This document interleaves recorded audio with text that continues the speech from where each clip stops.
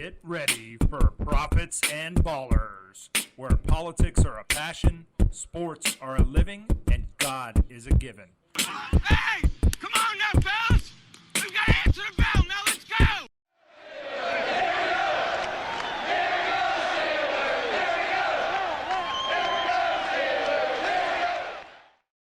Hello, Steeler Nation. Welcome to another edition of Prophets and Ballers.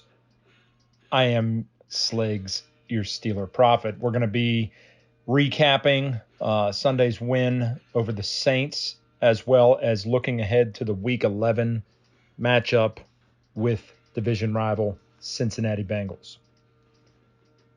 Great job by the Steelers to get off the schneid coming out of the bye on Sunday against the Saints.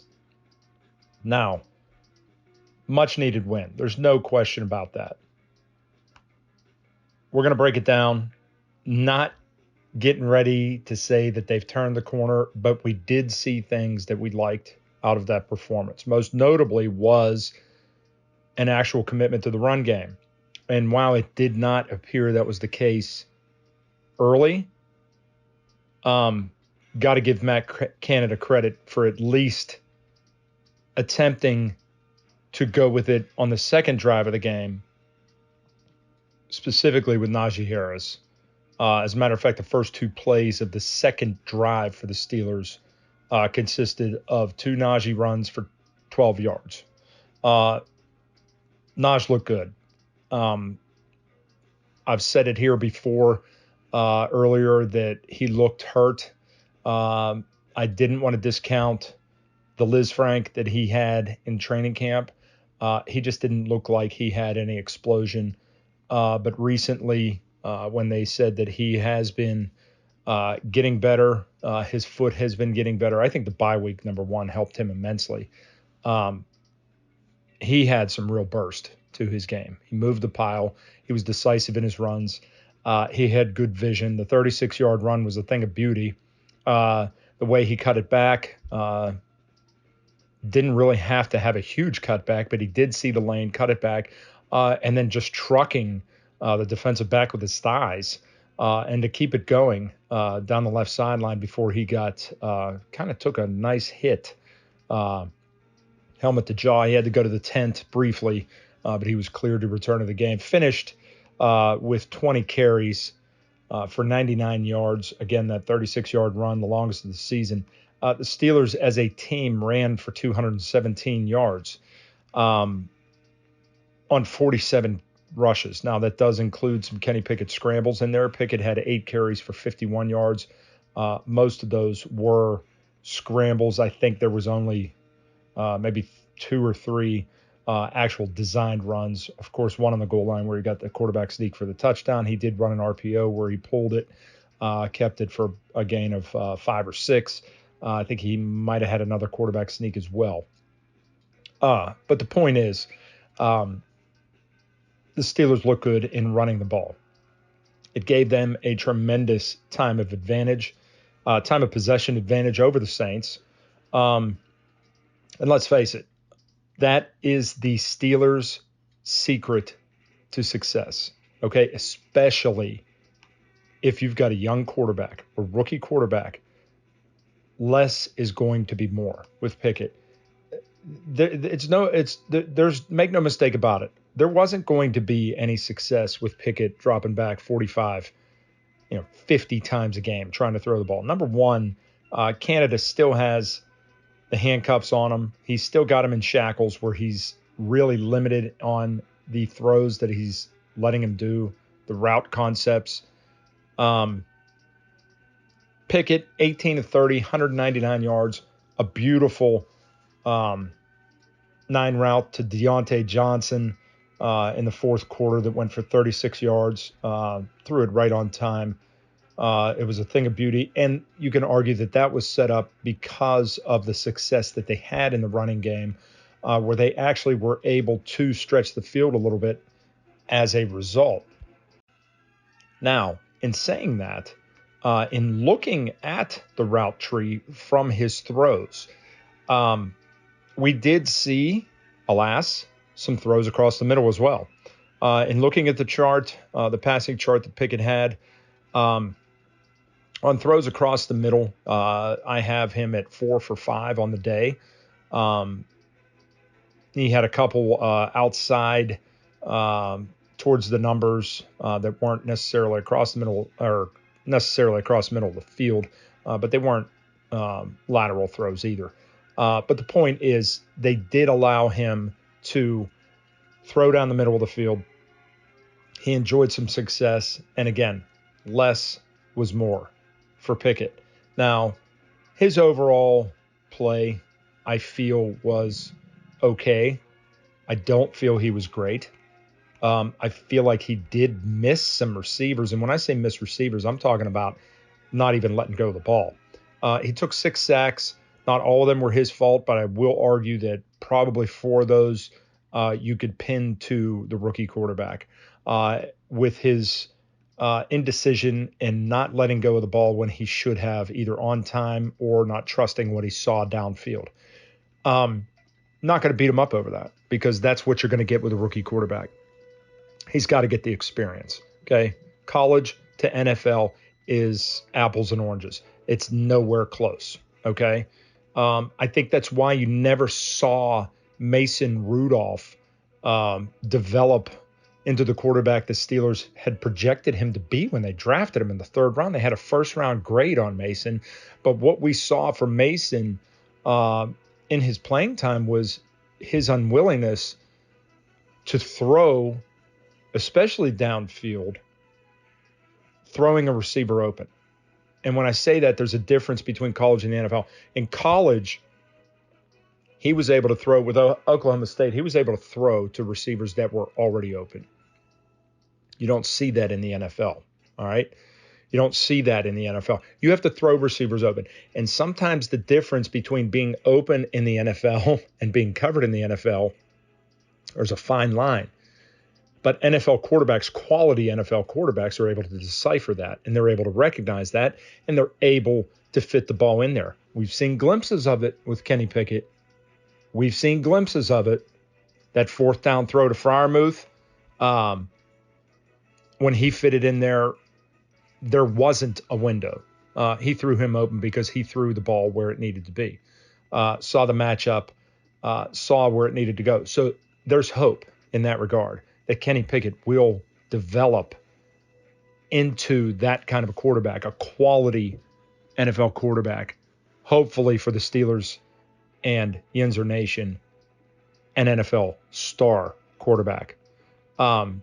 My personal grade on Pickett's performance on Sunday was a B-, teetering on a C+, and mainly because in addition to the sacks that he took when he didn't let go of the ball when he should have, there were some times where he did make some poor decisions when he did let go of the ball, and really should have had 2 picks. But the Saints didn't finish on those plays. They didn't capitalize. Also, late, and it turns out that it didn't matter in the end, but there was a 3rd down when they were in the red zone. Deontay ran a 2-cut from the slot and was open for a 1st down. Pickett didn't see him. Instead, scrambled to his right, threw the ball away, incomplete. Now, there was a penalty on the play for, I believe, an illegal shift. So had he thrown to Deontay for the 1st down, the play would have come back. However, it still would have given them another opportunity, perhaps, to pick up a 1st down. In the end, it was all wash because Matthew Wright shanked the field goal. So, anyhow, but those are things you want to see. You want to see Pickett recognizing, okay, where are the sticks? Where do I need to go with the ball? I need to get it out now. Recognizing it, throwing it, letting it go. I mean, if there's a penalty, there's a penalty. There's nothing he could do about that. But I'm just looking for him to actually deliver the throws that he needs to deliver. I do think he will trend in that direction. I just feel like on Sunday there were some times where he could have been better. But again, the Steelers' ability to run the football was the main reason for their success on offense. Now, When I say success on offense, I mean 20 points. That seems to be like a high watermark for a Matt Canada offense. You could argue, well, they should have had 26 because they missed 2 field goals. Wright certainly shanked a makeable 39-yarder. The 48-yarder that he didn't have a chance in hell on once it came off his toe. I'm certainly not expecting him to drill that. If Boswell's in there, they get 26 points, and it looks a lot better. Winning by 16. However, we're going to take the small victory here with regards to the offense's performance. One can only hope that what we saw on Sunday with a commitment and a level of commitment to the running game is going to continue. They're going to need that. They're going to need that the rest of the way with a rookie quarterback, and especially going against Cincinnati. Okay? Week 1, we all remember what happened with the Steelers in Cincinnati. It took a Herculean effort from the Steelers defense and special teams to pull that victory out in the end. Okay? The overtime victory that they had in week 1. Believe they forced 5 turnovers. Sacked Joe Burrow 7 times. Had to block an extra point by Minka at the end of regulation just to force overtime. And then we survived through a couple missed field goals before the Steelers ultimately won with Boz walking it off with a winner. Now, this Sunday, okay, Cincinnati coming to Acrisure Stadium. The main thing that's working in the Steelers' favor, obviously, is Jamar Chase being out. Okay? Didn't seem to bother Joe Burrow and the Bengals the game against Carolina before their bye week. They were off this past Sunday. The Bengals had a bye week. They absolutely throttled Carolina.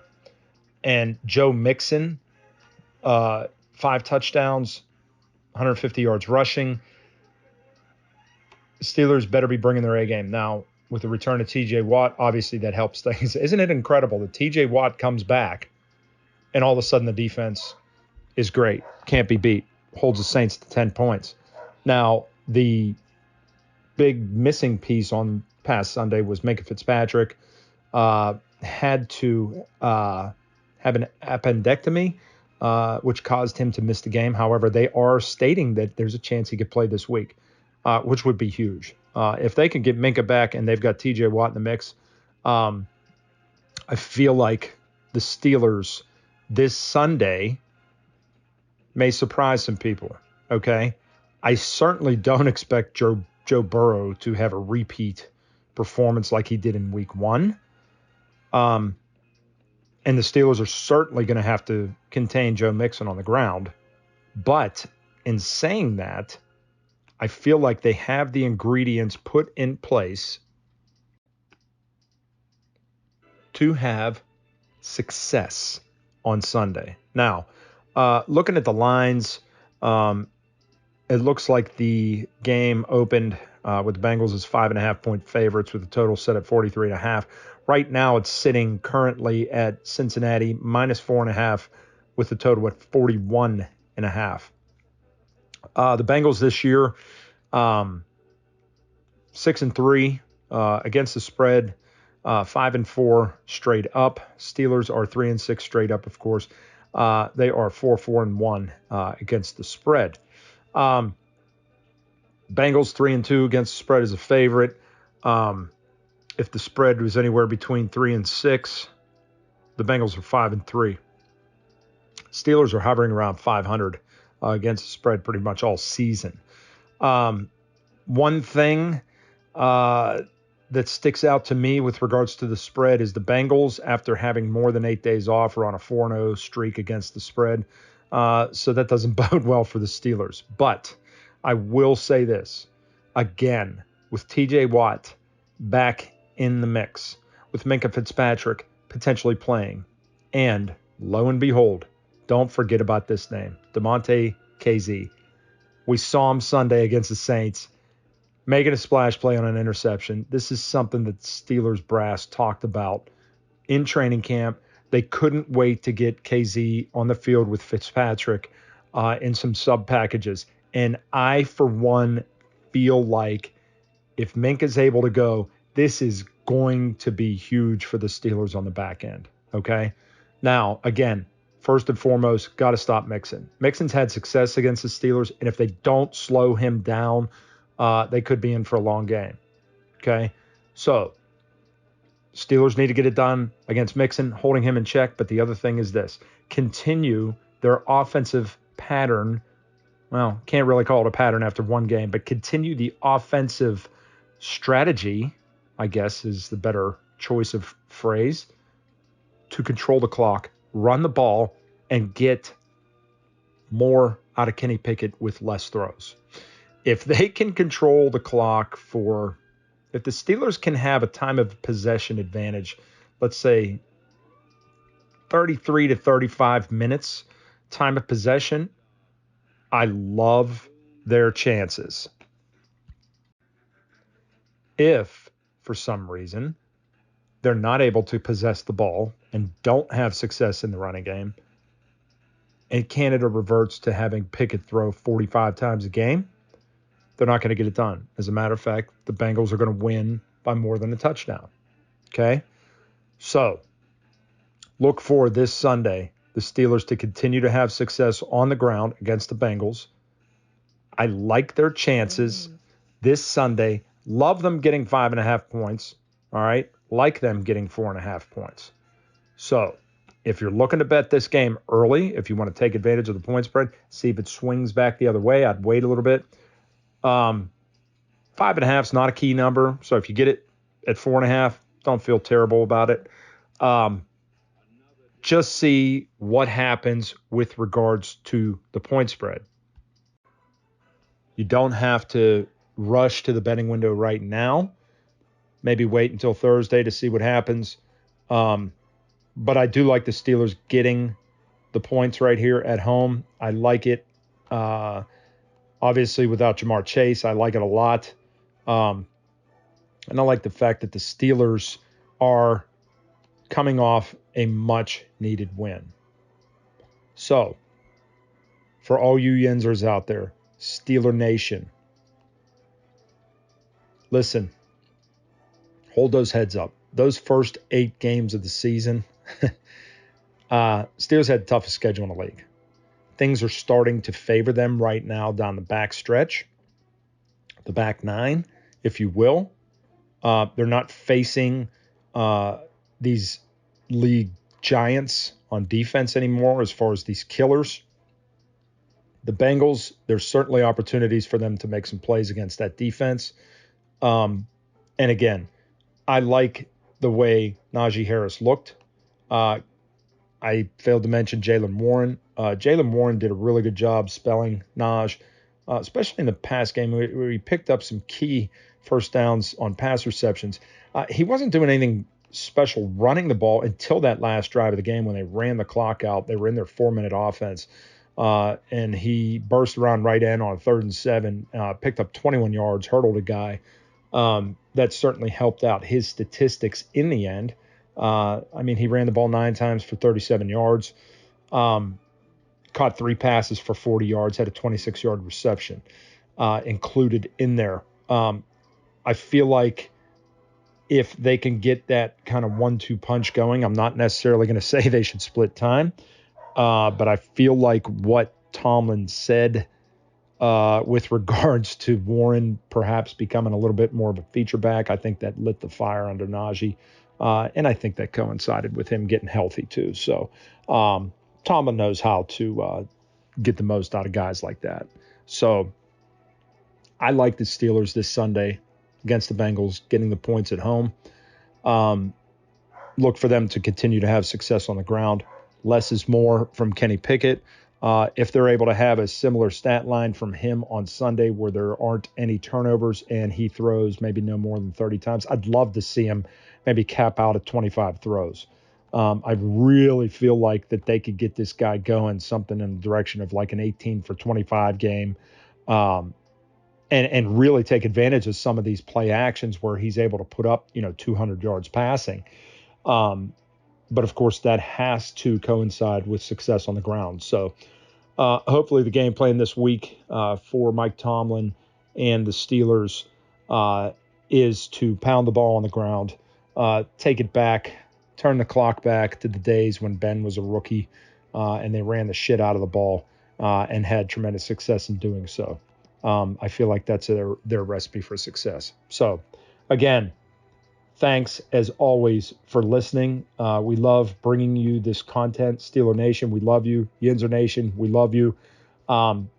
We feel like the Steelers are trending upwards right now. I know it was just one game, one win, but I saw enough there to get excited about where this team is heading. So let's just hope that they continue that momentum Sunday against the Bengals. We will be back, obviously, with a post-game wrap-up and recap for their Week 11 game against the Bengals, and a look ahead to their Week 12 game, which happens to be a Monday night affair against the Indianapolis Colts in an eminently winnable contest. So the Steelers have a real good opportunity, provided they get things done this Sunday, of putting together a 3-game win streak, because I really feel like not only did they match up well with the Colts, I feel like the Colts are kind of, even though they won this past Sunday with Jeff Saturday stepping in as the interim coach, I feel like they're a rudderless ship right now, and I feel like they're ripe for the Steelers to knock off, but that's getting a little bit ahead of ourselves. So, again, let's take care of business this Sunday, Steeler Nation. Look for the Steelers to, at worst, cover and hopefully win outright against the Bengals, and we will be back, as always, with our post-game roundup, post-game wrap-up, our thoughts on the performances. Steeler Nation, listen, please hit subscribe. Please give us a like out there. We love bringing you this content. We are Yinzers, just like Yins. This is your Steeler Prophet Slags signing off.